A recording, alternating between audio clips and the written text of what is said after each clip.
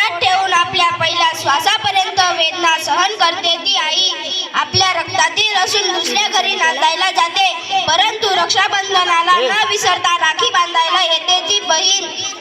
मुलगी कोणाची, बहीण कोणाची तरी अखेरच्या श्वासापर्यंत आपल्याला साथ देते ती पत्नी. जिला आपल्या मनातील गुपित सांगतो ती मैत्रीण. पुरुषांच्या जीवनात महिलेचे प्रमुख स्थान आहे. खरं तर महिलेशिवाय आपले जीवन दिवा असून ज्योत नसल्यासारखे आहे. नमस्कार, मी आर्य ज्ञानेश्वर पाटील. मी इयत्ता 3री. माझ्या टीचरांचे नाव पुष्पा राजपूत मॅडम. तुम्हा सर्वांना जागतिक महिला दिनानिमित्त खूप खूप शुभेच्छा. हसत मुखाने गीतही आले आजव तुमच्या पुढे, हसत मुखाने गीतही आले आजव तुमच्या पुढे.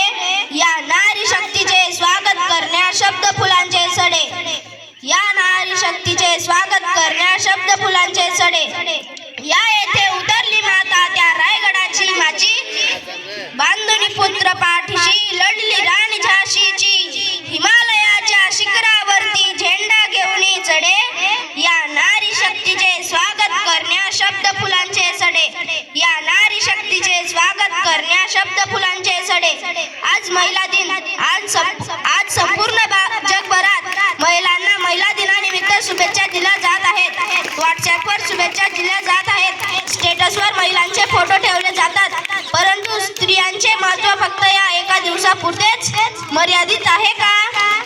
प्रत्येक दिवस स्त्रीचा का असू शकत नाही? बैलपोळ्याला ज्याप्रमाणे वर्षभर दावणीला बांधलेल्या बैलाची एक दिवस मिरवणूक काढून त्याला गोड धोड खायला दिले जाते आणि पुन्हा वर्षभर दावणीला बांधायला मोकळे, अशी तर आपल्या स्त्रियांची अवस्था होत नाही ना. यावर गांभीर्याने विचार केला पाहिजे. स्त्री म्हणजे काय? स्त्री म्हणजे काही वेगळं नसतं. स्त्री एक मनुष्य असते, तिला पण तिचे आयुष्य असते. तुडवली तर नागिन असते, डिवचली तर वाघीण असते. तान्या बाळाची नीज असते, कडाडली तर वीज असते.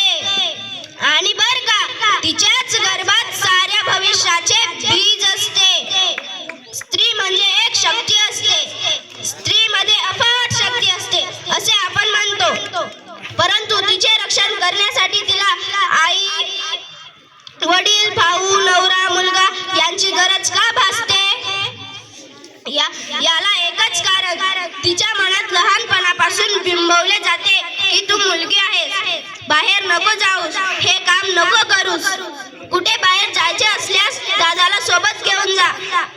खेळ खेळतानाही आपण आधी मुलींना भांडे घेऊन देतो. त्यापेक्षा जर आपण लहानपणापासूनच मुलींना कराटे, कुस्ती, बॉक्सिंग यांसारखे खेळ शिकवले तर त्यांना कोणत्याही पुरुषाची मदत घ्यावी लागणार नाही. धन्यवाद.